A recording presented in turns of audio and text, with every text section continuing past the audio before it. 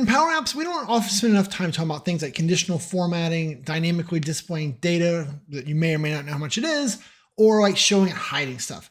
So that's what this video is. So we're going to build a this or that app, which I recently used for another video, and we're just going to walk through how to do it. I realize you don't want to build that app, but what you do want to understand is all the conditional formatting, right? So things like using different font colors based on criteria, showing things when you don't need to or not to.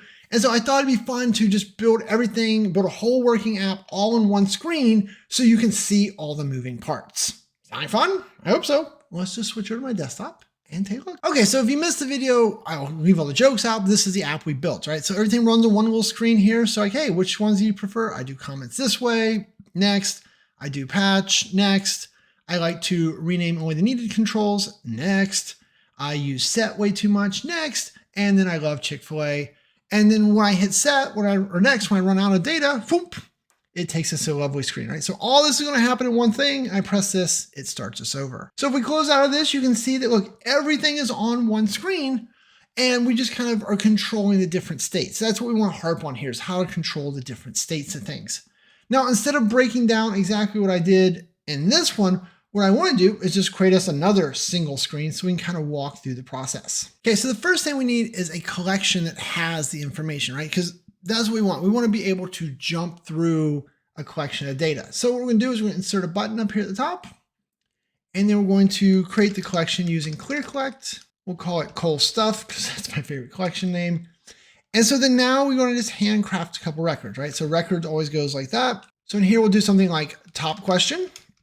And then we'll say Coke, and then we'll say top score. And for that, we're going to make sure we make it a number. So we don't want to put this in quotes. We'll say it is 80%, right?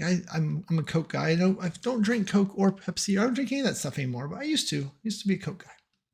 So then now we're going to do bottom question like so, and then we'll just do the same thing, right? But this one will be Pepsi, and then obviously the bottom score, and it'll be 20. Okay, so that would make us one for comparing Coke versus Pepsi. Good, good, good, right? And so then let's just throw in another one. So we'll copy this. I don't have to type as much as the second time. Copy, and then I'll put a comma here, and then we'll hit enter just to do it on the second line. You don't have to. I just like to make it as readable for me as possible. And so then this one we will do GIF or GIF, right? Let's be controversial. So is it GIF or is it GIF? And then for this one, because we all know that it's GIF, right? We're going to go with 75. And then for this one, we'll change it to 25. And then one more, we'll paste in our thing again. And for this one, we'll do cats or dogs, right? So cat, dog, right? His buddy looks at me with those eyes. And so once again, we'll make this one closer, but we're going to say that cat is only 40 and dog is 60, right? If you watch my channel enough, you know that I love Buddy and we are dog people here, but that's okay if you're cat people. There you go. So that would make us a collection. So if we press this button, obviously now if we look in our collection, Cool Stuff, we've got our data. Now notice I didn't do row numbers, right? We're not going to keep up with that. So now what we want to do is we need a label to show those. So we're going to insert a label. And right here for the first one, what we're going to do is we're going to say, hey, I want you to be that first one. So we're going to do this, right? So you can use the index function. We've never talked about the index function before, but if you give it a table, you can pick out a specific row. So in this case, if I say index and then Cool Stuff, comma 1 for the first row, that returns the whole record, the whole row. You do a dot, and then we can say top question, and it says Coke. If we then copy this, Control C, Control V, go down here and just change this. All we have to do is change it to bottom question. And now we've got Pepsi. So index, I don't, it's probably the first time I've ever used it in like a real context, but it worked perfect for this.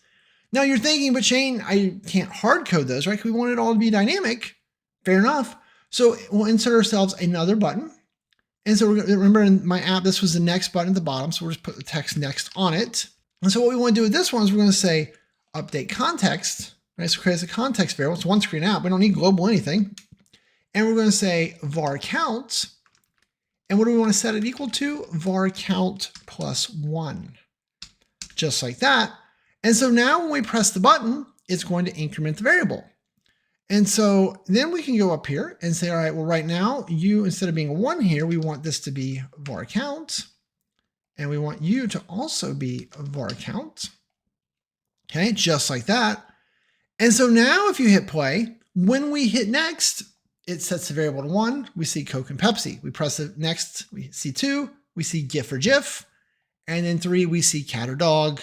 And then now it's at 4, and that explodes, right? Because there's nothing to show it for. Right? It's angry at us now.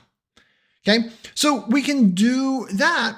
And then what we might just say is, hey, on visible of this screen, so when this app first loads, when the screen first loads, what we want to do, we want to update context var count and set it to 1, right? We always want this to always start at 1. So that would be our way of starting over. The other thing that you might have noticed on this one is I put a little reset thing down here at the bottom. I wouldn't leave this here once if I rolled this app out for production, but while I'm building, that is really handy. So we'll just go down here and say reset. And so if we put this in the bottom corner, update context var to 1, right? So then now if we go 2, 3, 4, it's broken. We hit the reset, it's back to 1. Right? It gives us a way to get out of jail while we're testing and building. But there you go. And so the same thing, right? We used a collection up here. We had this on select. Let's just get rid of this, Control X, everything's mad.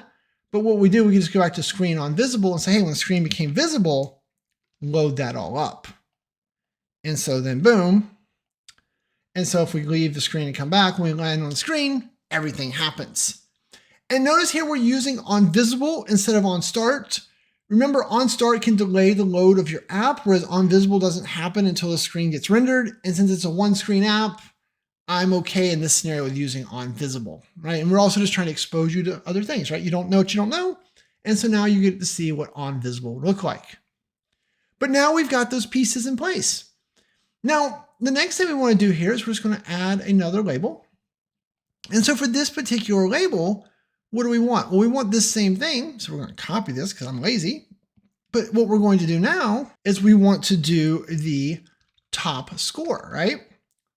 And then if we copy that, copy, paste, and put it down here. And then for this one, obviously we want to do bottom score. Okay, and so then that should work the same way again, right? This is where testing's real fast. Remember, we use small data sets, so we can easily check, but yep. So now we've got that dynamic nature, right? We can make the app work, and the app currently is able to basically handle things no matter what. Now, maybe you're really annoyed, like, hey, Shane, when you get to the end, right, like, I want something to happen. Well, we're going to fix that in a minute, because what we do over here is we make that pop-up appear, and so we can just add logic for that. But we're not going to do that quite yet, because what I want to do is go back here. And so in my example, you notice that the text was either green or red, right? So like if we choose this, right? So because this one was chosen more often, it was green and this text is red. So the color coding is determinate, right? It's conditional. So how did we do that? So we went here and we said, hey, your color, there they are. So like if I set it to just red, obviously it would just be red now. If you do color.red or color.green, it would be the color, right? But so then what I ended up having to do was something like this. I said if, and then I pasted in our cute little index col stuff again. So if that bottom, or so this is the top. So if top question is greater than or equal to bottom score, then it should be what? Color.green. If not, it's color.red. Oh, I did top question, it's top score. Fix that real quick. So now you can see it's green, but if we hit play, right, so we go next, now it's still green because 75 is bigger than 25, but if we do here, cat is red because it's smaller than below. So that's how that one works. So for that color then, what we can do is Control A, Control C, right? We'll go over here, we'll change the color of this one, and we'll paste it in, but now we want to reverse this the opposite way, like so. Now you notice I used equal. Why did I use equal? Because basically if they both show up as 50, I want them to both be green. Right? Like my data set didn't have that happen, but by doing the greater than or equal, I'm accounting for what happens if they are the same. Because if not, if I had just done greater than and less than symbols, then if they were 50-50, which would have been the same, then they both would have been red, and that didn't feel right to me. So that's how we get our color coding in here for our numbers. Okay, so now if we go back over here, the way that this one works is I clicked on this question mark to choose, like to pick which one I wanted. So let's first insert a question mark. So I think you have to type in question. Yep, you can't do the question symbol. You have to type in question mark if you want that. So it's an icon. And so for that particular question mark, what I'm going to do is I'm going to say, hey, on select, I want you to set a variable. So I said update context and set var chosen to top. Like that, right? So if you click on this variable, it's going to set var chosen to top. And if we then were to go down below, right, we'll just do the whole top one and then we'll set the bottom one. But so that's how we would set it to top, okay? Now, I don't want this to show up while that is happening. So what I'm going to go here is I'm going to change its visible, right? We don't want to show them the score until they've picked. So we're going to change this one's visible to be var chosen equals none. Okay, so right now it doesn't equal none. So that is not there. Oh, no, actually, you know what I want? I want this to be var chosen not equal to none. Okay, and so right now it's blank. So back in my whole like kicking off logic, I need to go add another piece up here. And I want to say var chosen is none by default. So when you land on the screen, I want to set the text to be none. And when we reset it later, we want to set it to be none as well. So we'll just copy that and reuse it in a second. But if we go down here now, put that same logic here. So if we do a reset, oh, it's mad because I broke my collection. So let's just leave the screen, right? And I'll let that reset everything for us. Leave the screen, come back. Everything is set. Notice that the 80 is not here for Coke right now. But if we choose this, which will set the variable, now it's set. So for this particular piece, I want to set its visible to actually be var chosen equals none. And you're probably thinking, why don't you do like a true false? Because I need 3 states instead of 2. So that's why I couldn't use true false like I wanted. I normally would, if you could use, only had 2 states, just do the Boolean true false. Unfortunately, I cannot because I need to know which one they chose. But so now if we reset, there's the question mark. If you click the question mark, which set it to top, then this becomes valid or visible and this goes away. So that's how we control that. And then the other thing that we want to do, so we're going to insert a check like so. We'll throw this just over here on this particular example. And I think in my mind, I made it a bright green, but it doesn't matter. And so I'm going to say, hey, visible for this one is only if var chosen equals top. So there it is, okay? So now we can kind of repeat all this logic for the bottom. So let's hold the Alt key so we can reset. So let's copy this first, copy, paste. We're going to put this one down here. Now, what do we need to do? We need to change its on select to say bottom. And then we need to set its visible. Actually, I think its visible is good, right? Var chosen none. Okay, so that'll work for that. We need to set the visible property here. And so this is visible for var chosen is not equal to none, right? And the reason we're doing that, because remember, we want this number to show up whether it says top or bottom. So we didn't want to write top or bottom. We just basically want to say, hey, show up if it's not equal to none, right? So only show up when this is not none. Right now it's none. It doesn't show up. And then last but not least, this lovely question mark here, we'll copy, paste this one down here. And so then this one, it's visible is only if var chosen is bottom. So now we say play.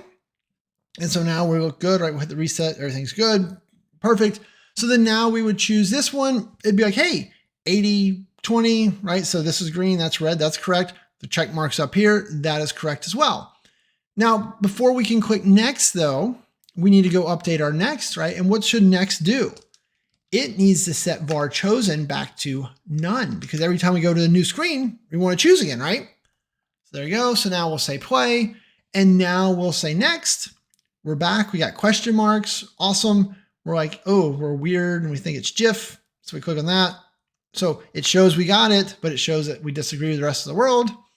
And so next again, bingo, bango, obviously dogs, right? Buddy's under my feet right now. He'd bite me if I said the wrong thing. So there you go. So that's working. One more piece of logic for us. We are so close. And so we know right now, if we click var count again, it's going to go to 4. We only had 3 items. So how do I make this thing dynamic? So I'm going to do something like this. I'm going to say, hey, if var count equals count rows, cool stuff, just like that. Then what do we want to do? We want to update context, right? We're going to create another variable called var show, and we're going to say set that one to true, like so. And if not, we will just keep doing what we've been doing. And then what we'll do is we'll just add ourselves, I think in the last example, I just put a giant picture of Buddy to use as the, congrats, you were done picture, right? So let's just do the same thing. So then you would add some type of finishing screen. Let's do it more professionally, right? So we would probably add like a layout, like add a vertical container here. We'll take this, we will cover the whole screen with it, pull it down here. I don't know why it won't go to 0. Just set the X magically to 0. There we go. Set the width again. All right. I don't know why that was being such a pain. I would set its fill color to be something that just blocks the whole screen. We'll insert ourselves a label then. We'll tell it to go and be a line and container in the middle. We'll change its font to be middle. And then we will also set its vertical, right? So I got to click on the container here and say, hey, I want you to justify the center. There you go. So now it's in the middle. We'll change its font color to white over here. We'll make it a bigger font size, 75. We'll change its height to be 100. There we go. We'll just change the words to be you done. Okay, so that would make that pop up. And then all I'm going to do is I'm going to say, you know what? If they when they click on the label, or you know what? I guess if we don't want to make them click on the label, we'll say, we'll just insert another button. Fair enough, right? Insert a button, center that puppy up. And then for this particular one, we will say start over. And so what is start over going to do? It's going to update our variables, right? So update context, var chosen is none, var count is 1, and var show is false. Close that like that, like that. I'm going to click on the container and just add a 100 pixel gap between these. There you go. Something like so. And then finally set the container to say, hey, your visible for the container is var show. And so since we haven't clicked on it, it doesn't happen. And now when we click on it, which would have sent us to 4 before, it says you're done. And if we click start over, it takes us back to here. Bingo, bango. There you go. All right.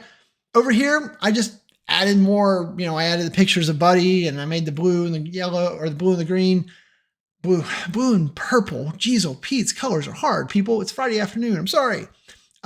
This is just an image of OR that I got from Canva. So, and then in the YouTube video, like what I did there was basically I left this spot blank and then I just put the feed right of this camera, and that's how you got my pretty face in the video. But there you go. So that is how you build one crazy app with a lot of different conditional formatting. So like I said, I don't expect you to build this app, but I do think that there's a lot of good concepts here, right? The index is interesting, the showing and hiding things, the different states, the different colors. These are just core skills that you should be familiar with. Also remember, like here we used the collection.